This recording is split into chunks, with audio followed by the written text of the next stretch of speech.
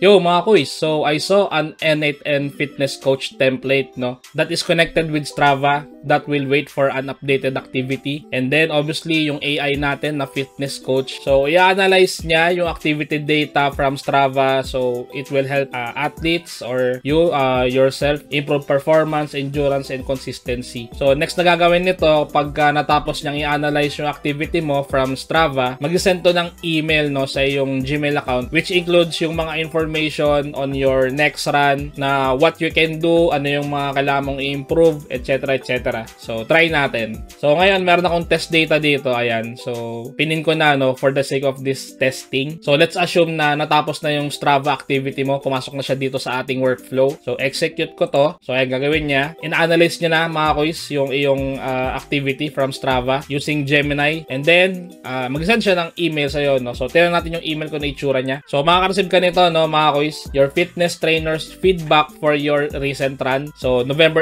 28, 2025 today, ayun yung date today. Tapos sabi dyan, that's fantastic dedication, laging an entire hour of activity. Tapos yan, may mga key takeaways, awesome consistency. Tapos ito yung mga gagawin mo on your next run. So saying moving forward, celebrate the effort, next steps for data, and maintain the habit. So ang galing, di ba? At least planado mo na yung susunod mong gagawin on your next run or walk or activity. So kung okay ka na, gawin na natin. Let's go! So on this AI fitness coach workflow mga kuys, obviously kailangan mo pa rin ng N8N. So kung wala ka pang N8N instance, panoorin mo muna tong video na to.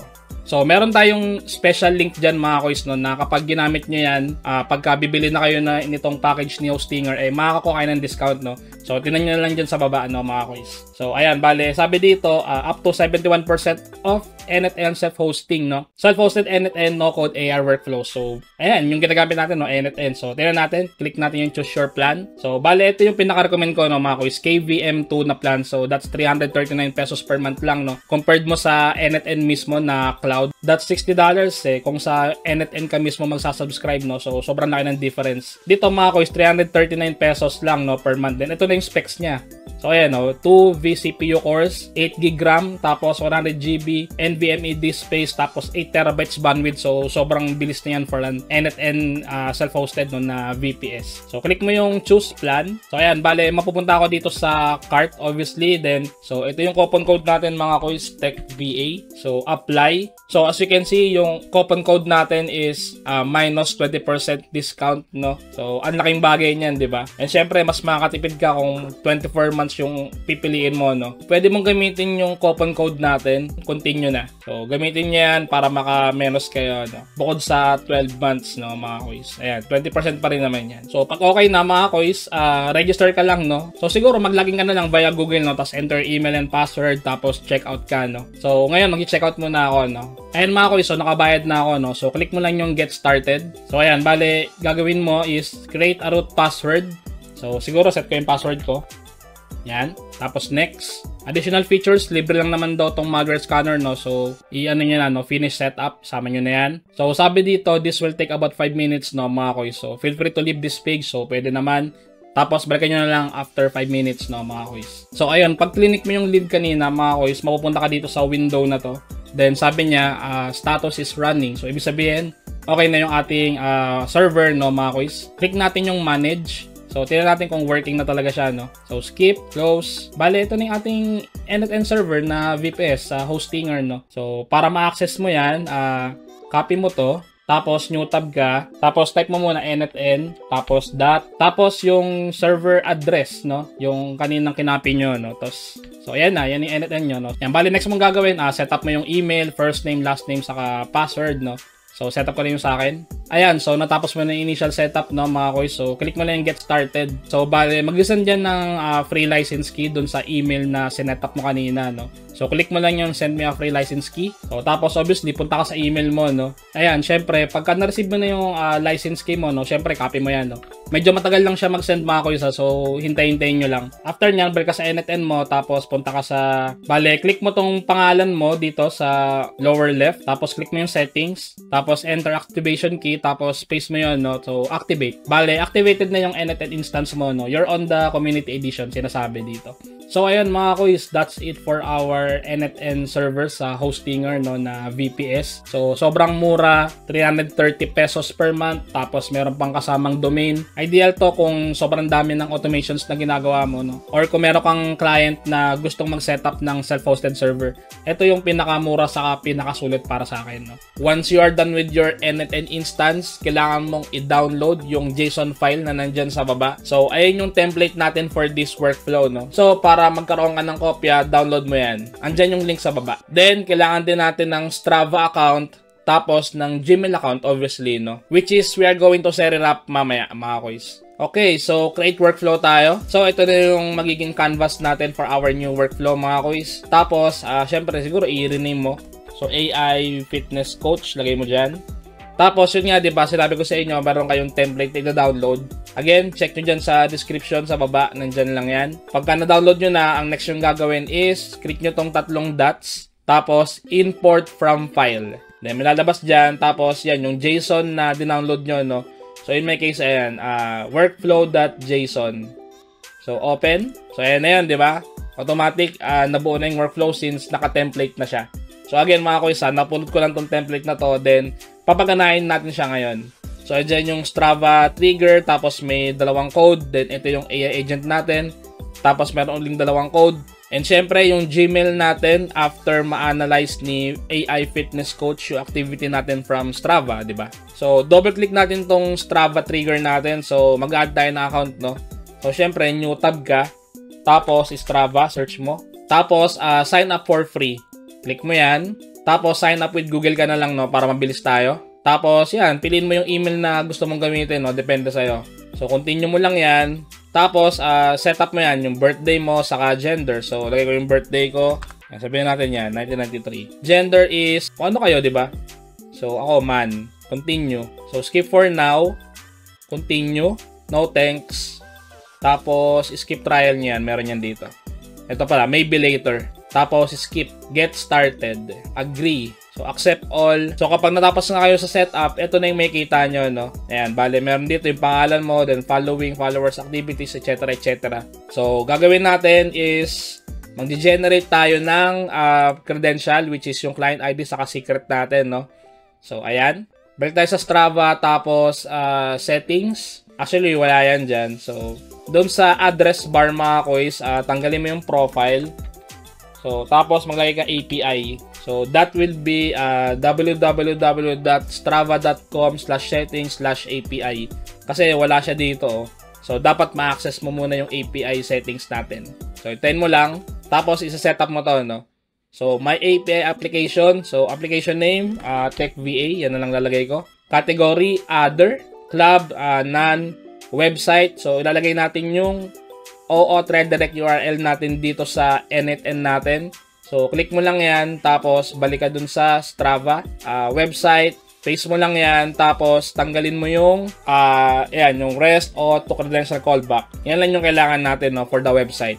In my case, NetN SRV 1067934.hostinger.cloud since I'm using Hostinger. So, kung on render naman yung gamit nyo, hanggang .com lang kayo, no? So, pagkatapos ng .com, tanggalin nyo na yung mga ibang characters dun sa website nyo, no? Or redirect URL in our case. Tapos, dito sa authorized callback domain. So, copy ko lang ulit yan. Paste ko dito. Tapos, tatanggalin ko yung HTTPS. So, ganyan lang. Itong application description, optional lang naman siya, no? Kahit di nyo na siya lagyan, okay lang, no? So, I've read and agree with Strava's API agreement. So, check nyo lang yan. Tapos, create. Tapos, may API application pa rin. Update app icon. So, maglalagay tayo ng icon. Upload. So, ako kahit anong picture na lang ilalagay ko dyan. Siguro ito lang picture ko, lagay ko. Yan, save. So, kayo na nang bahala, no? Kung anong gusto nyo icon dyan. Kahit ano lang naman yan, okay lang yan.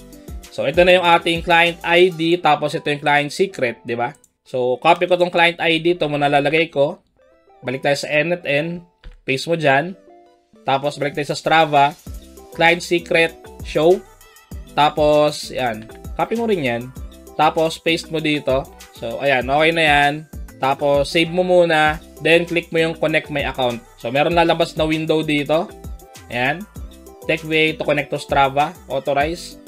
So, authorize mo lang. So, okay na yan. nakasetup na yung Strava account mo, no? So, goods. Close, tapos balik tayo sa canvas. So, next natin gagawin is yung Gemini model natin. So, ilang beses ko na itong tinuro mga kuys eh. So, gagawin nyo is, click mo to, tapos new credential ka, tapos new tab ka ulit, search Gemini API key, get your Gemini API key, tapos get started, tapos get API key dyan sa lower left, click mo yan. Tapos, click mo yung create API key, name your key, siguro Strava, lagay mo.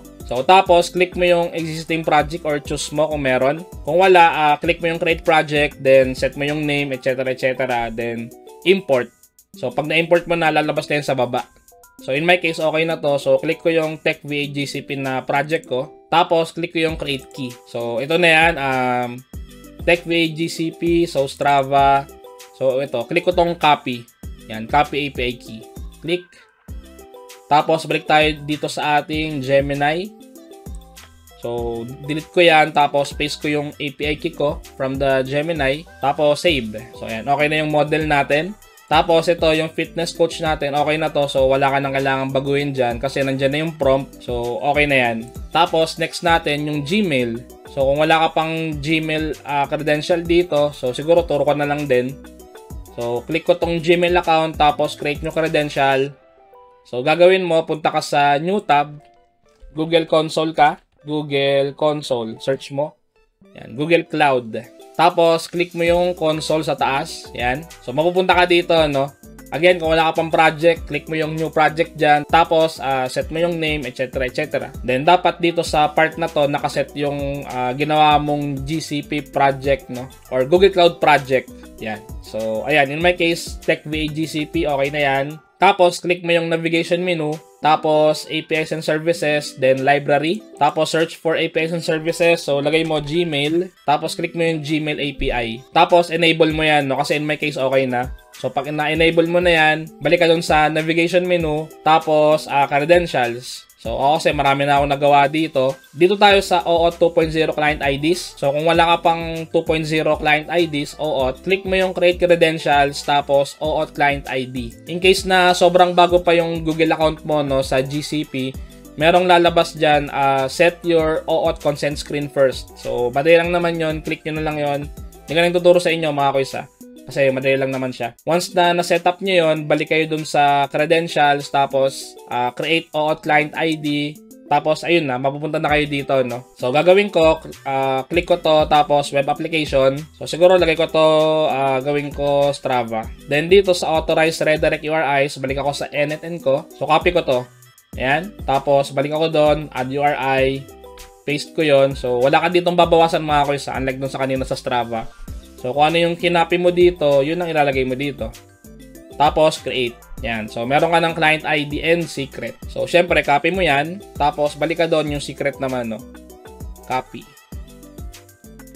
Yan. So, okay na yan. Tapos, balik ka muna doon sa Google Cloud.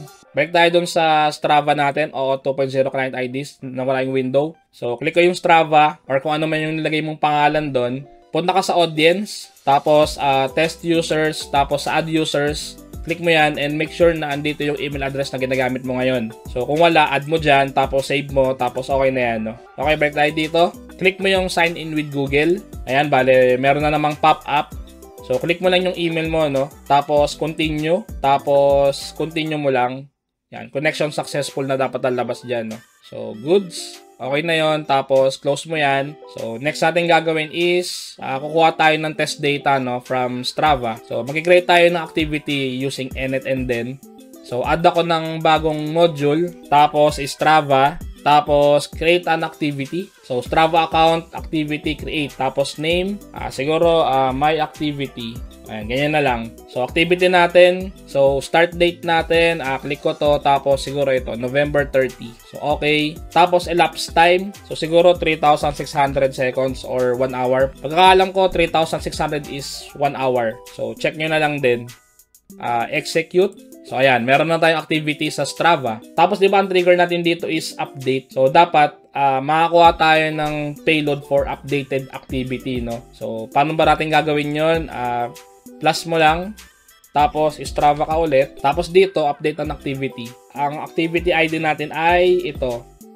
Okay? Tapos execute mo lang. So ayan na, meron na tayong payload for our updated activity. So ginagawa lang natin tong mga extra steps na to just to get payload no from Strava kasi personally wala akong Strava account, hindi pa ako nakapag run and everything. Hopefully I can start next year no, sana pag hindi na masyadong na busy. So hindi ko pa to mati-trigger no. So ginawa ko tong extra steps na to para makakuha tayo ng payload no, which is ito, yung gagamitin natin pang testing. So, copy ko lang yan. Tapos dito, double-click ko yung Strava trigger. Tapos, edit. Tapos, tanggalin ko lahat yan. Tapos, paste. Tapos, save. Tapos, pin natin. Oops. Wala. Ulit. Save. Ayan. Nakapin na pala yan. Automatic na yan. Ayan. This data is pinned for test execution. So, para makita natin na gumagana, no, yung ating workflow. Okay, so para tayo sa Gmail. So ilalagay ko yung email ko. So ang resource niyan is message, tapos operation send. Tapos yung subject is ayan, your fitness trainers, the feedback for your recent run. Tapos kinuha ko yung date ng activity ngayon or yan, kung kailan mag-run tong workflow na to, yung date na yon mga kuys. So, today is November 28, kaya November 28 yung nakalagay dyan. Email type is HTML, tapos message is json.html. So, ayun mga quiz, next natin gagawin, pwede natin itong nanggalin. So, hindi naman natin kailangan yan. Tapos, execute workflow na tayo. Tingnan natin kung working, no? Execute. Yan, as you can see, our AI fitness coach is working on our data provided from Strava. And yun, nasenda raw siya ng email. So, tingnan natin kung pumasok na sa email natin. Yan, your fitness trainers feedback for your recent run, November 28. So, ayan, bale, meron dito, ayan, that's a fantastic effort. Looking at the data, may activity. So, 1 hour, that's fantastic. So, yan, may mga recommendations din siya. Tapos, yung mga improvements na gagawin mo on your next run or walk or whatever, or any activity you like. So, ayun, working. Tapos, kung hindi ka naman running or walking, pwede mong baguhin tong prompt na to, no? So, siguro i-chat GPT mo na lang. Let's say, ikaw ay triathlon or something. So, pwede mong baguhin tong prompt na to. Depende dun sa activity mo, no? So, ayun, mga quiz. So, siguro himayin natin yung JavaScript code. So, 1, 2, 3, 4, kung anong ginagawa niya. So, ito, i-output niya lang ulit yung data from the trigger para maging JSON object. Tapos, next na gagawin nung JavaScript code na isa is i-combine niya lang yung mga JSON data from the previous step, which is yung JavaScript. So ito, bale, i-feed niya kasi ito diretso sa AI kasi mababasa naman na to ng AI automatic. So tapos, yan, pasok sa AI agent, which is yung fitness coach. So ayan, yung data na pumasok. Pagka preview mo yan, makikita mo yan, no? Ito, ayan. So ayan yun. Tapos, para tayo dito, structure output. Bale, meron siyang type sa content. Actually, lahat to is for the Gmail, no? So ayan. Tapos, ka-convert niya to HTML kasi HTML yung tinatanggap nung ating Gmail na module. So, naka-HTML kasi ito eh. Ayan, no? Para mas maganda yung formatting niya sa email. So, as you can see, wala siyang kung ano-anong characters na nilalagay, diba? Kasi naka-setup siya dito as HTML. And, binibigay nitong code na to is HTML. So, ayan, diba? Next, so obviously, you need to download Strava, no, on your mobile phone, whether Android or iOS. Tapos, i-login mo yung account na ni-register mo kanina, yung ginawan mo ng API key, no? So, kasi, syempre, yun dapat yung gamitin natin para pumasok dito sa workflow na to, no? Then, syempre, save mo na to, tapos, activate. So, pag active na yan, okay na yan, naghihintay na lang siya ng activity from your Strava account, no? So, again, mga koys, kung kailangan nyo ng fast NET and self-hosted server, you might consider Hostinger, mga koys. And ngayon, naka-Black Friday sale sila. Tapos next week, meron silang Cyber Week. So, pwede nyong ma-avail yung mga sale nila, no? So, check nyo na lang yon. And kung nakatulong sa'yo itong video na to, like and subscribe ka naman. Tapos, comment ka na rin sa baba kung meron ka pang gustong mga and templates na gustong paganahin. Then, kung interesado kang matuto ng AI automation, you might consider our Technical Virtual Assistant course. Nandiyan din sa baba. So, thanks for watching and see you on the next video.